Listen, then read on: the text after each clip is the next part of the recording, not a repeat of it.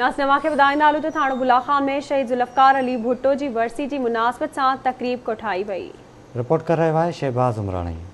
Pakistan people's party के बानी शहीद ज़ुल्फ़कार अली भुट्टो की वरसी के हवाले से थाणो बुलाखान में पाकिस्तान पीपुल्स पार्टी तहलके थाणो बुलाखान के तरफा संदसि 42वीं वरसी की तकरीब प्रेस क्लब थाणो बुलाखान में मुनक़द की वई।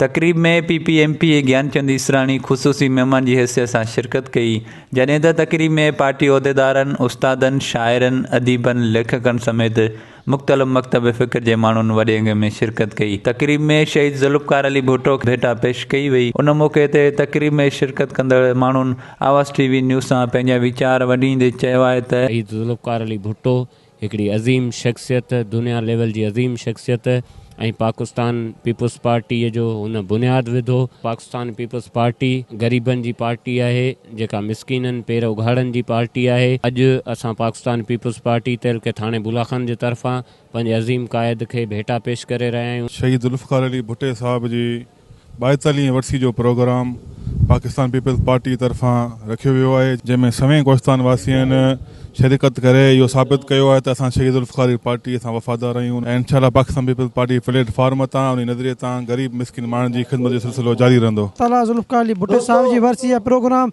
जो लाड़काने का मुलतवी थियण खां पोइ हर ज़िले हेडक्वार्टर में रखियो असां हिते मल्हाए रहिया आहियूं। असां हमेशा रावलपिंडी में हुजे या लाड़काने में हुजे असां वेंदा आहियूं, उते जेको सलामी पेश कंदा आहियूं। शहीद भुट्टे के खिराज तहसीन पेश कर रहिया आहियूं।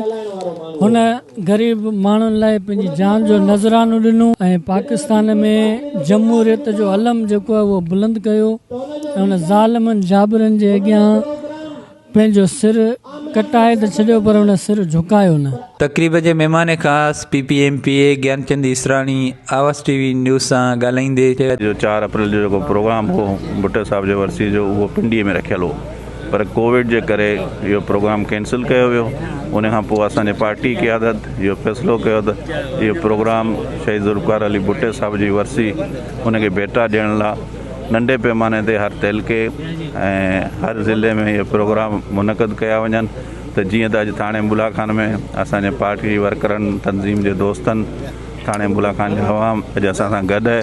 पार्टी जे उहदेदारनि इहो प्रोग्राम सॼो कयो आहे ऐं मूंखे ॾाढी ख़ुशी आहे त अॼु आउं हिन प्रोग्राम पंहिंजे भाउरनि सां, दोस्तनि सां, पार्टी जे उहदेदारनि सां, पीपुल्स पार्टी जे वर्करनि सां गॾु आहियां। तकरीब में शरीक माण्हुनि जा वीचार ॿुधा। हुननि जो चवणु आहे त शहीद ज़ुल्फ़कार अली भुट्टो एशिया जो अज़ीम लीडर हो जंहिं पाकिस्तान जे ग़रीब माण्हुनि लाइ जिदोजहद कई। शहबाज उमरानी, आवाज़ TV न्यूज़, थाणो बुलाखान।